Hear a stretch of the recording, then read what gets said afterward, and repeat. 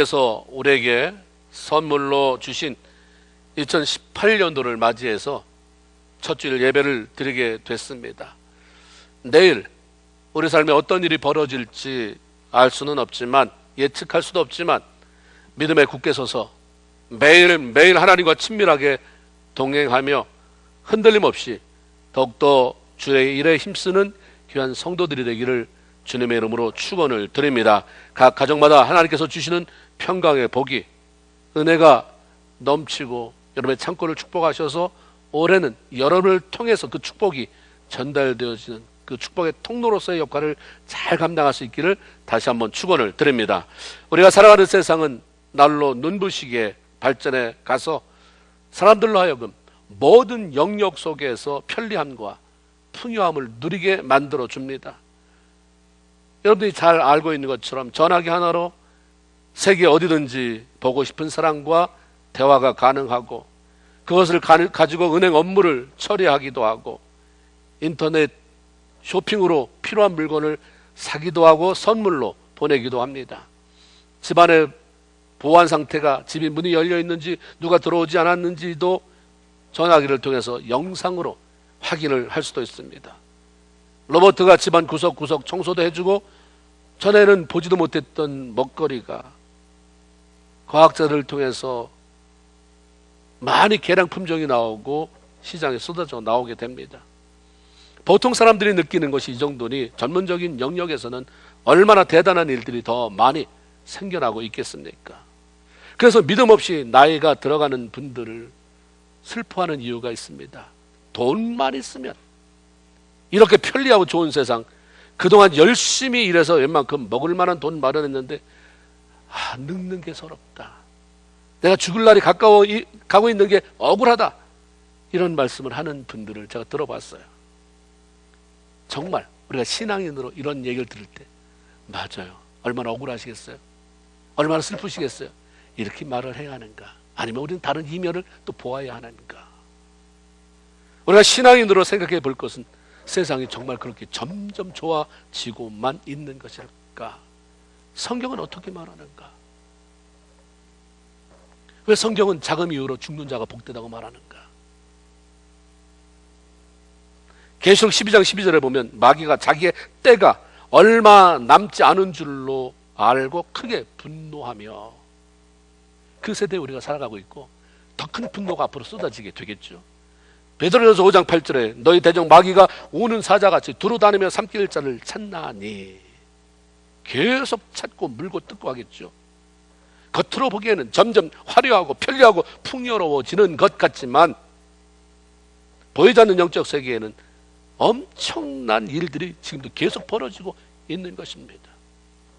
하나님의 자신들이 영원히 파멸될 날이 얼마 남지 않은 것을 알고 있는 사탄은 분노하면서, 하나님은 건드릴 수 없으니까 하나님이 극진히 사랑하는 사랑의 대상인 사람들을 세상의 화려함이라고 하는, 세상의 돈이라고 하는, 세상의 편리함이라고 하는 진노의 포도주에 취하게 해서 영적으로 멸망시키려고, 내가 너를 멸망시키지는 못해도 움직이지 못하도록 잠은 재워버리겠다라고 하는 몸부림을 치고 있는 세대에 우리가 살아가고 있습니다.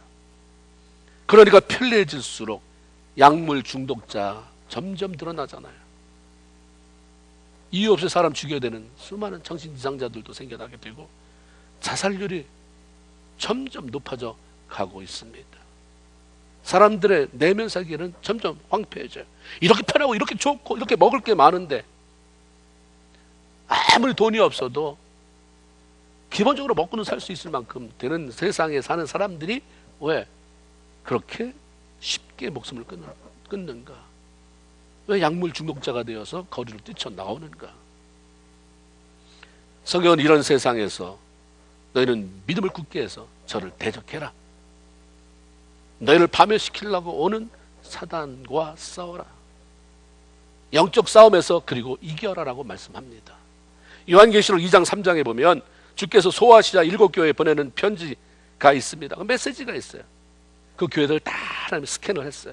불꽃 같은 눈으로 이렇게 살펴보니까 이 교회는 이게 문제고, 이 교회는 이게 문제고, 이 교회는 이걸 잘하고 있고, 하나님이 뭘 잘못하고 있는지, 뭘 잘하고 있는지, 뭐가 장점인지, 뭐가 단점인지, 뭐가 보완해야 될 점인지를 세밀하게 거기에 기록해 놓으셨습니다. 오늘날 모든 세계 산지에 있는 모든 교회가 이 7개의 타입 안에 있다라고 보게 되는 거죠. 그런데 이 7교회에게 공통적으로 하신 말씀이 있습니다. 잘한 교회나 못한 교회나 칭찬이 많은 교회나 책망이 많은 교회나 똑같이 하신 말씀은 뭐냐면 이겨라 이거예요. 이겨라. 이기는 자에게는 이 세상에서 무능하게 살지 말고 이기는 자, 승리하는 신앙인의 삶을 살아가라. 쉽게 세상이 뭐라고 말하면, 세상에 유행이 한번 말하면 그 유행 때문에 휘청거리는, 세상에 뭐가 좋다더라 그러면 그것 때문에 쫓아가느라고 휘청거리는, 이러지 말고 믿음 안에 견고해서 한번 좀 이기는, 내가 올 날이 가까웠는데 그때까지 믿음을 견고해서 좀 이기는, 승리 깃발을 흔드는 성도가 되지 않겠느냐 하는 거죠. 예수님은 요한복음 16장 33절에서 세상에서는 너희가 환난을 당하나 담대하라, 내가 세상을 이겼다라고 말씀합니다. 주님의 관심도 구원받은 모든 성도들이 세상을 이기는 삶을 살아가는 것입니다. 그러면 이 땅에 살아가는 성도들이 영적인 싸움에서 각자의 삶을 승리로 이끌어가기 위해 필요한 것이 뭔가? 싸울 때 필요한 것은 전략도 필요하고 날 돕는 많은 사람들의 숫자도 필요하지만 일단 힘이 있어야 돼. 영적 싸움에서 필요한 것도 영적인 그런 파워, 힘이 있어야 되는 거죠. 요한복음 6장 10절에 너희가 주 안에서와 그 힘의 능력으로 강건하여지고, 여기서부터 시작되는 거예요. 승리 이겨야지. 자리에서 일어나지도 못하는데, 앉은 자리에서 일어나지 못하는 사람이 어떻게 칼을 들고 싸울 수가 있겠습니까? 매일 교회 와서 누가 나를 챙겨주지 않나, 나한테 무슨 젖병 빨려주지 않나, 내 다이퍼 기저귀 갈아주지 않나, 왜 나한테 이렇습니까? 왜 안 주십니까? 왜 나는 이렇습니까? 이런 사람이 앉아서 그렇게 기어다니는 사람이 어떻게 칼을 잡고 일어서서 이길 수 있겠냐 이 말이에요. 기본은 그것입니다. 주 안에서 그 힘의 능력으로 강건해져라. 하나님 우리에게 힘을 주시고 능력을 공급해서 승리의 삶을 살아가도록 돕기를 간절히 원하시는 분입니다. 우리가 영적인 무지와 무능을 벗어나야 돼요. 무식하면 안 돼요. 무능하면 안 됩니다. 무지하면, 성경이 그러잖아요. 모르는 사람은 아는 사람의 지배를 받는다. 요즘 인문학에서는 책을 한 권 읽는 사람은 책을 2권 읽는 사람의 지배를 받고, 책을 10권 읽는 사람은 100권 읽는 사람의 지배를 받는다. 우리가 하나님 안에서 하나님이 어떤 분인지를 아는 그 지혜와 그분이 주시는 능력을 갖지 못하고 무능한 상태, 무지한 상태에서는 강한 자의 공격과 지배를 벗어날 수 없습니다. 어떻게 해야 우리가 영적인 힘을 키울 수 있는 것인가? 심플, 아주 단순하지만 못하는 거예요. 하나님을 의지하고 기도해라. 그래서 영적인 힘을 키워라. 이게 하나님이 주시는 말씀이죠. 본문은 이스라엘 백성들이 애굽에서 해방되어서 약속의 땅 가나안을 향해 가고 있을 때 아말렉 족속의 공격을 받아서 결국 이긴 그런 사건에 대한 기록입니다. 아말렉 족속은 에서의 손주죠. 에서 족속이에요. 에서 족속의 후예들입니다. 철마다 짐승에게 먹일 풀을 찾아서 이곳저곳 옮겨 다니며 생활하는 유목 민족입니다. 그런데 이들이 때를 지어서 지금 광야를 지나고 있는 이스라엘 백성들을 공격해 왔습니다. 무슨 이유로 싸움을 걸어왔는지 알 수 없지만 아마도 이스라엘 백성들에게 자기들의 짐승을 키울 그런 목초지, 목양지를 뺏길 수 있을지도 모른다라는 불안감 때문에 공격을 해왔던 것 같습니다. 이스라엘 백성들을 쳐들어온 아말렉 군사들은 자기들이 아무리 강하다 할지라도 숫자에 밀려서 그랬는지 정면 공격을 하지 못했어요. 신명기 25장 18절에 이때 사건을 하나님이 안 잊어버려요. 너무 비겁하게 해와서 하나님이 신명기에 또 그걸 기록하게 하셨어요. 그들이 너를 길에서 만나 내가 피곤할 때 내 뒤에 떨어진 약한 자들을 쳤고 하나님을 두려워하지 않았다. 정면으로 들어가서 이스라엘 백성들을 공격하기보다는 오랜 여행으로 인해서 지치고 낙오되어 뒤처져 있는 아주 약한 자들을 공격했습니다. 아말렉 군사들이 목표로 한 공격 대상은 광야의 길을 걸어가는 이스라엘 백성들의 대열에서 뒤처져 버린 사람, 모세의 영적 리더십으로부터 멀어진 사람들이었습니다. 그냥 주워먹기다. 저건 모세가 이끌고 가는데, 구름기둥 불기둥이 저 앞에서 가는데 그 뒤에서 질질 끌고 원망불평하면서 뒤처진 거, 그것부터 잡아라. 피곤하다고 힘들다는 이유로 공동체에서 멀리 떨어져 버린 사람들은 아말렉 군사에게 노출되어서, 사탄에게 노출되어서 공격을 받을 수밖에 없는 것입니다. 공동체 속에서, 성령 인도하심 속에서 하나님이 우리의 거느리 주시는 것, 그 안에 들어오는 것, 이것은 너무나도 소중한 거죠. 동물의 세계에서 얼룩말이의 사제 공격을 받을 때 보세요. 너무 신기하지 않습니까? 집단적으로 있는 힘을 다해서 뛰면서도 집단적으로 붙잖아요. 계속 붙어요. 사자가 공격할 틈을 주지 않습니다. 그러나 잡혀 먹이는 놈이 먹히는 놈이 있어요. 그 물에서 이탈된 그런 거죠. 뒤처진 그 얼룩말은 100% 목덜미를 물리게 됩니다. 마찬가지로 우리 신앙인들이 영적으로 연약해지고 피곤해져서 주님으로부터 멀어지고 영적 공동체로부터 떨어져 나가게 되면 보호가 안 돼요. 보호가.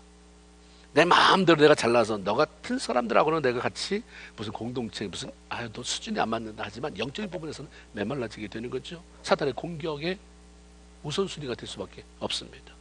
주님과의 교제가 끊어져서 원망과 불평과 염려와 낙심으로 가득 차 있어서 그 사람의 영이 무뎌지고 마음이 무거워져 있으면 어떻게 앞으로를 향해서 달려갈 수 있겠습니까? 뒤처질 수밖에 없는 거죠. 뒤처지면 공격당하는 것입니다. 피곤하고 약해지는 순간을 경험하지 않을 수 없지만 영적으로 건강한 믿음의 형제자매의 도움을 받아서 뒤처짐을 면해야 됩니다. 사람들이 참 이상해요. 힘들면 조용히 사라져버려요. 이런 꼴 안 보이고 내가 언젠가 건강한 모습으로 다시 영적으로 강해지면 다시 오겠다. 회복이 힘들어요. 나 연약한 모습을 보이면서 전에 내가 잘 나가고 다른 사람을 위로하고 격려하고 기도해 주는 사람이었지만 지금 내가 약하니까 지금 기도하는 사람, 힘 있는 사람 다 위해서 기도해 달라고 부탁하고 그러면서 함께 성장해 나갈 때 저분이 잘 극복하는구나. 믿음 안에서 잘하는구나. 저렇게 나도 해야 되는구나. 이런 것들을 서로 보여주면서 함께 성장해가고 자라가게 되는 거죠. 하나님이 원하시는 것은 그것입니다. 모세가 이끄는 이스라엘 백성들은 애굽에서 노예 생활을 하다가 급하게 탈출해 나온 그런 사람들이었기 때문에 전쟁 준비 이건 뭐 상상도 못한 거예요. 무슨 훈련 이런 거 상상도 못해요. 어쩌면 그냥 오합지졸이에요. 그냥 불기둥이 가니까 어쩔 수 없이 따라가고 구름기둥 가니까 가고 나팔 소리 부니까 앉고 나팔 소리 부니까 다시 일어서고 전쟁은커녕 자기 몸을 지탱하기도 힘든 사람들이었습니다. 그런데 이런 이스라엘 백성들을 뒤에서 공격해 온 그들의 비겁한 행동에 대해서 하나님이 무척 분노하셨어요. 그래서 모세에게 나중에 네가 가나안에 들어가고 정착이 되면 아말렉을 이 세상에 더 이상 두지 말아라. 없애버려라. 하나님은 뒤에서 뒤통수 치는 것 같은 비겁한 행동을 싫어하세요. 우리 예수 믿는 사람이 뒤에서 누구 뒤통수 치는 것처럼 사람 없는데 욕하거나 비난하고 이런 건 아주 하나님 볼 때 비겁한 행동이에요. 여러분 회개하세요. 당사자 없다고 뒤에서 그렇게 하면서 욕한 거 여러분끼리만 알지만 하나님은 다 아시잖아요. 그게 우리를 무겁게 만들어요. 우리를 조이게 만들어요. 오죽했으면 이 비겁한 행동을 한 아말렉을 남겨두지 말아라 그러겠습니까? 아말렉 말입니까? 내가 사랑하는 내 백성아, 넌 이런 짓 하지 말아라. 남의 약점 타고 가서 그 사람 무참히 밟아버리지 말아라. 상황이 아주 급하게 되자 지도자 모세는 여호수아를 군대 장관으로 세워서 사람들을 택해 나아가 아말렉과 싸우라고 지시합니다. 그리고 자신은 아론과 훌 두 사람을 데리고 산 꼭대기로 올라가서 지팡이를 높이 들고 기도하기 시작했습니다. 싸움이 시작됐습니다. 그 놀라운 일이 벌어져요. 여호수아 같이 신실하고 충직한 사람이 얼마나 열심히 싸웠겠습니까? 그런데 전세는 여호수아의 모략이나 강함에 있지 않았어요. 모세의 기도에 있었어요. 모세가 기도하느라고 이렇게 손을 올리면 전쟁이 굉장히 활기를 띠고 이기고 앞으로 나가는 거예요. 그런 상황이 벌어지고, 모세가 힘이 들어서 너무 이제 판을 오랫동안 들고 있으니까 힘이 들어서 내려오면 다시 전세가 역전이 되어서 쫓기게 되는 그런 일이 벌어지는 것입니다. 기도는 하나님의 능력이 우리에게 부어지게 하는 것이고, 그분의 도우심을 받을 수 있도록 우리를 이끌어주는 그런 역할을 하죠. 기도의 능력을 옆에서 지켜봤어요. 모세가 손을 올릴 때는 이기고 내릴 때는 지고, 계속 올리고 있어야 되는구나. 저 전쟁이 끝날 때까지는 끊임없이 기도해야 되는구나. 그렇죠? 우리의 문제가 일단 끝날 때까지는 계속해서 기도해야 되는구나. 그러니까 이 두 사람이, 한 사람은 오른쪽에서 한 사람은 왼쪽에서 모세의 팔을 붙잡아서 내려오지 않도록, 혼자 힘으로 하면 이게 언젠가는 사람의 팔이니까 내려와, 지쳐서 내려올 테니까 붙잡아주고, 전쟁이 끝날 때까지. 결국 전쟁은 이스라엘의 승리로 결론이 났습니다. 이 일로 너무 감사했던 모세가 하나님을 위해서 제단을 쌓습니다. 예배를 드리면서 하나님을 여호와 니시라고 선포합니다. 이것은 하나님은 우리의 깃발이시다. 다시 말하면 깃발이라고 하는 것은 승리했을 때 막 휘두르는 거거든요. 하나님은 우리에게 이김을 주시는 분이시다. 이런 의미입니다. 전쟁이 나면 군인이 나가서 적들을 대상으로 싸우는 것은 너무나 당연한 것입니다. 그러나 싸움에 이기기 위해서 그것보다 더 중요한 것은 기도를 통해서 하나님께서 주시는 힘과 도움을 받아야 한다고 하는 것입니다. 여러분의 싸움이 꼭 칼을 들고 나가야만 싸움입니까? 여러분 직장에서나, 여러분의 가정에서나, 여러분의 사업에서 얼마나 많은 싸움이 있습니까? 여러분의 지혜, 경험, 배운 것 앞세우지 말고 먼저, 그거 참 중요하지만, 여러분의 전문 지식이 참 중요하지만 그것보다 더 앞세워야 되는 것은 기도하는 것이다. 기도하면 하나님의 도움을 얻는 것이다. 기도의 손이 내려오지 않도록 해라. 이런 말씀을 우리에게 하시는 거죠. 성경에 나오는 믿음의 사람들은 하나님께 기도함으로 힘을 얻었고, 그 힘으로 문제를 헤치고 나갔고, 어려운 상황 속에서도 승리하는 삶을 살았습니다. 다윗 같은 사람, 골리앗과 싸울 때 자기 배짱으로 나갔습니까? 다윗이 한 기도는 선포적인 기도예요. 너는 칼과 창으로 나오지만 나는 만군의 여호와의 이름으로 나간다. 이 선포하는 거잖아요. 우리가 기도할 때 그냥 이런 기도도 필요하고, 때로는 입술로 선포하는 것이 중요해요. 우리 사업 잘 되게 해주시옵소서 이렇게 기도하지 마시고 사업장을 향해 나가서 선포하세요. 아무리 세상의 경제적인 모든 부분이 불황이고 어렵다 할지라도 이 사업의 문은 열릴지어다. 할렐루야, 아멘. 누구 데리고 가지 마세요. 창피하면 혼자 가서 하세요. 선포하는 거죠. 빌립보 감옥에 깊숙이 갇혀있던 바울 같은 사람도 복음 전하다가 잡혀 들어갔거든요. 절망이에요. 너무 기뻐서 빠져나올 수가 없어요. 그가 선택한 것은 찬양과 기도예요. 한밤중쯤 됐을 때 기도했는데 얼마나 크게 당당하게 자신감 있게 찬양하고 기도했는지 다 들었다고 그랬어요. 주변의 사람들이. 그때 하나님께서 천사를 보내 그를 탈출시킴으로 감옥을 빠져나올 수 있었을 뿐만 아니라 그 감옥의 간수를 복음 전에서 구원받게 하는 일도 행하게 했습니다. 바울이 기도할 때 능력의 하나님께서 그의 앞에서 일하셨고, 그 어떤 것도 바울을 가둬두지 못하게 하고 이기는 삶을 살게 하셨습니다. 기도는 우리를 이기게 하고 승리하게 하는 삶을 살아갈 수 있도록 그런 원동력이 되어주는 것입니다. 이사야 40장 28절 29절 너는 알지 못하였느냐, 너는 듣지 못하였느냐, 영원하신 하나님 여호와 땅끝까지 창조하신 이는 피곤치 아니하시며 곤비치 아니하시며 명철에 한이 없으시며 피곤한 자에게는 능력을 주시며 무능한 자에게는 힘을 주신다. 우리가 기도할 때 이 하나님의 약속이 바로 저와 여러분의 삶 속에서 이루어지는 것을 믿고 늘 2018년도에는 기도하면서 수많은 사단의 공격과 더불어 싸워 이기고 승리의 깃발을 흔드는 귀한 성도들 되기를 주님의 이름으로 축원을 드립니다. 또 하나는 말씀이에요. 이건 떨어질래 떨어질 수 없어요. 기도와 뭐라고요? 뭐와 말씀이에요?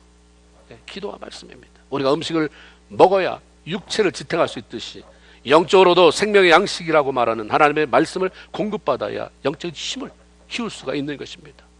하나님의 종 엘리야가 왕후 이세벨로부터 아주 정말 악한 소리를 듣지 않습니까? 네가 내 바알과 아세라 신의 선지자 그 많은 사람을 다 죽여버렸느냐? 내가 오늘 안으로 너를 죽이지 않으면 내가 섬기는 신이 나를 죽여도 좋다. 이 소리를 엘리야가 들었을 때 몸서리쳐지게 무서웠어요. 도망칩니다. 광야로 들어갔습니다. 그리고 거기에 있는 한 나무, 로뎀나무 아래서 그냥 쭉 뻗어서 누워 있었습니다. 그리고 하나님 앞에, 하나님 날 좀 죽여주세요. 너무 이제 힘들어요. 더 이상 버텨낼 힘이 없습니다. 하나님 날 죽여주세요. 족합니다. 그러다가 잠이 들어버렸습니다. 죽음을 두려워하지 아니하고 하나님의 영광을 위해 싸워오던 엘리야가 이렇게 약해진 이유 가운데 하나는 영적 탈진입니다. 여러분, 일을 열심히 하는 것도 좋지만 탈진될 때까지 일하지 마세요. 탈진하면서까지, 그리고 일 다 끝내놓고는 그냥 사라져버리는 그런 일 말고 그냥 매일매일 주와 같이 길 가는 즐거움 속에서 하나님이 주신 기쁨만큼, 하나님이 주신 분량만큼 일할 수 있기를 바랍니다. 또 탈진이 됐어요. 그런 상황 속에서 이세벨이 너 죽인다고 하니까 전에는 그렇게 무섭지 않았던 그 여인이 너무 두려운 거예요. 이런 상황 속에서 하나님께서 천사를 보내주셨습니다. 그리고 하게 하신 일이 뭐냐면 떡과 물을 날라다 준 거예요. 엘리야가 눈을 떠보니까 떡과 물이 있잖아요. 먹었어요. 마셨어요. 얼마 안 먹은 모양이에요. 다시 잠에 깊이 빠졌는데 천사가 다시 와서 어루만지면서 하나님이 전해주신 말씀을 전합니다. 일어나서 먹어라. 일어나서 더 먹으라는 거죠. 내가 길을 이기지 못할까 하는지라. 먹어야 되는데 내 육체를 유지하기 위해서도 먹어야 되지만 네가 가야 할 일을 이기지 못할까, 네가 가야 하는 길을 이기기 위해서라도 억지로라도 이거 다 먹어라, 이런 말씀이죠. 앞으로 해야 할, 이루어야 할 귀한 일들이 많이 있으니 먹고 힘내라고 하는 것입니다. 이스라엘 백성들이 출애굽해서 가나안에 들어가기까지 약 40년 광야를 지나면서 먹었던 것은 하나님께서 하늘로부터 내려주신 만나였습니다. 출애굽기는 만나 되어 있지만 시편으로 넘어가면 시편 78편 25절에 거기는 만나를 이렇게 표현했어요. 권세 있는 자의 떡. 옛날 성경에는 힘센 자의 떡. 이거 먹으면 힘세진다는 거예요. 영적인 힘이 생겨나는. 신명기 8장 3절 만나를 내게 먹이신 것은 사람이 떡으로만 사는 것이 아니요 여호와의 입에서 나오는 모든 말씀으로 사는 줄을 너로 알게 하려 하심이라. 만나는 배고픔을 채워주는 음식을 말하기도 하지만 그것은 모든 성도들이 이 땅에 살아가는 동안 승리하는 삶을 살도록 돕는 영적인 양식, 권세 있는 자의 떡, 하나님의 말씀을 의미하기도 하는 것입니다. 음식을 먹어야 힘을 얻어서 쓰러져 있던 자리에서 일어나게 되는 것이고 또 자신에게 주어진 그런 사명들을 제대로 감당하고 영적인 싸움에서도 승리를 할 수가 있게 되는 것입니다. 하나님의 말씀이 어떻게 우리 삶의 에너지가 될 수 있는가? 계시록 10장에 보면 한 천사가 사도 요한에게 두루마리를 가리키면서 여기 이거 가지고 가라. 가지고 가라니까 요한이 그거 나한테 주시오. 그때 천사가 요한에게 두루마리를 주면서 이렇게 말합니다. 이거 갖다가 먹어버려라. 내 배에는 쓰나 내 입에는 꿀같이 달 것이다. 먹는 것에는 소화 과정이 필요하죠. 먹었는데 이게 바로 뒤로 나온다. 이게 어디 있겠어요? 먹고 장을 거쳐서 위에 들어갔다 장을 거쳐서 소화되면서 이게 영양분으로 가고 변으로 나오기도 하고 소화 과정이 꼭 필요하잖아요. 말씀을 먹을 때는 달게 느끼게 되지만 재미있다, 좋다. 그러나 그것을 배에 넣고 소화시킬 때, 즉 말씀을 삶으로 살아낼 때, 행동으로 옮길 때는 쓴맛을 느끼는 것처럼 괴롭다는 거예요. 그러나 그런 과정을 거쳐야 그게 온전히 소화돼서 내 삶의, 영적인 삶의 에너지가 되는 것이죠. 성경을 읽는데 왜 에너지가 안 될까? 왜 성경 읽는데도 힘이 없을까? 입에서 달다 뱉기 때문입니다. 말씀을 읽어도 영적인 힘이 생기지 않는 것은 단맛만 느끼고 쓴맛은 거부해버리기 때문인 거죠. 재미있게 읽기는 하지만 말씀을 실천하기 위해서 내가 맛봐야 하는, 내가 참아내야 되고, 내 자존심 버려야 되고, 내 말 조심해야 되고, 내 눈빛 관리해야 되고, 내 얼굴 표정 관리해야 되고, 손해봐도 정직해야 되고, 너무 쓰거든요. 이렇게 어떻게 살아? 재밌으니까 읽기는 읽지만 여기서 끝내버리니까 안 들어오는 거예요. 그런 사람이 10독 했다, 20독 했다, 100독 했다, 뭔 의미가 있겠습니까? 한번 읽을 때마다 그게 에너지가 된다고 한다면 이건 대단한 파워예요. 다독해라. 소화시켜가면서 다독이지. 이건 뭐 그냥 성경에 나온 얘기지. 난 그렇게 살기 싫어. 그러니까 변방 사람이 되는 거예요. 성경을 많이 아는 변방인. 그러니까 교회에서 일어나는 일은 너무 잘 알아요. 다 알아요. 신실하게 일하는 어설픈 사람보다 더 많이 똑똑해요. 근데 가슴이 안 뜨거워요.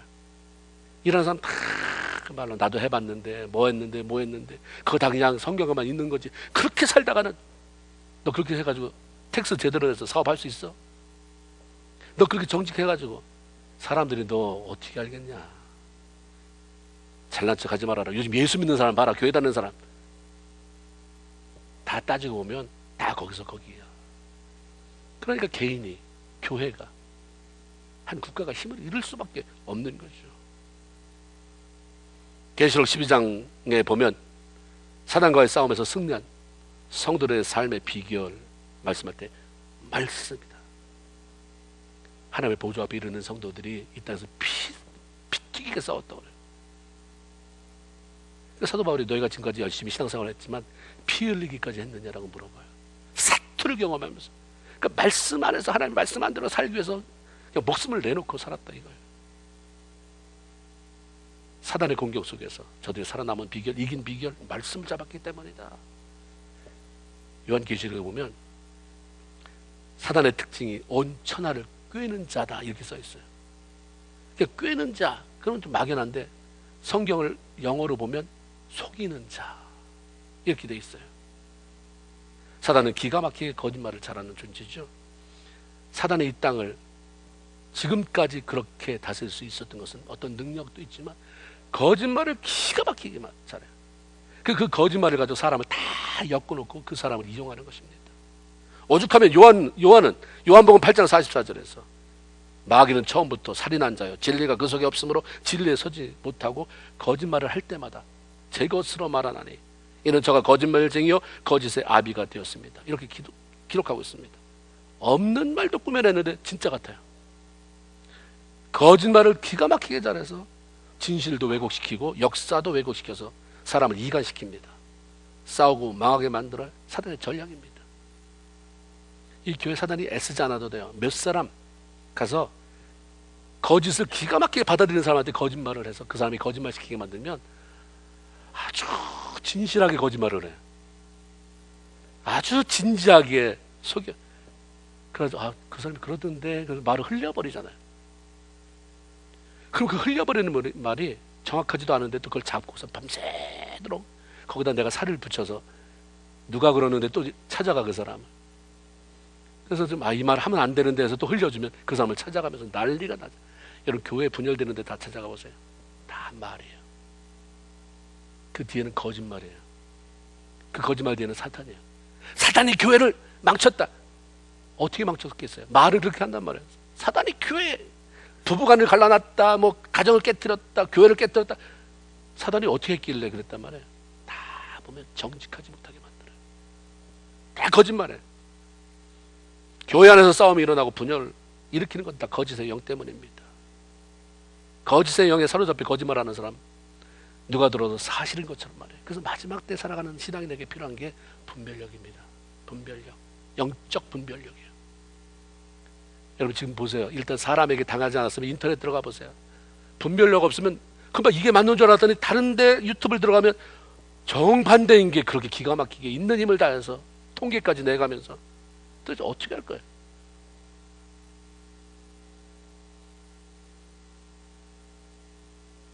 거짓의 영에 잡혀서 거짓말 하는 사람 이거 참 힘들어요. 이건 스스로 거짓말하는 줄도 잘 몰라요. 거짓말로 사람을 이간시켜서 마음에 분심을 일으키잖아요. 그 사람 말을 들으면 아닌 거라고 생각을 하면서 불안해지는 거예요. 그건 영이 합해지면 그렇게 돼버려요. 그냥 단순히 거짓말 시키는 거하고 아예 그냥 거짓의 영이 들어가면 아니라고 부인하는데도 불구하고 내가 마음이 불안해요. 불안해져요.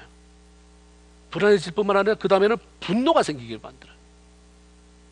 그 누군가에 대해서 적대감을 갖게 하죠.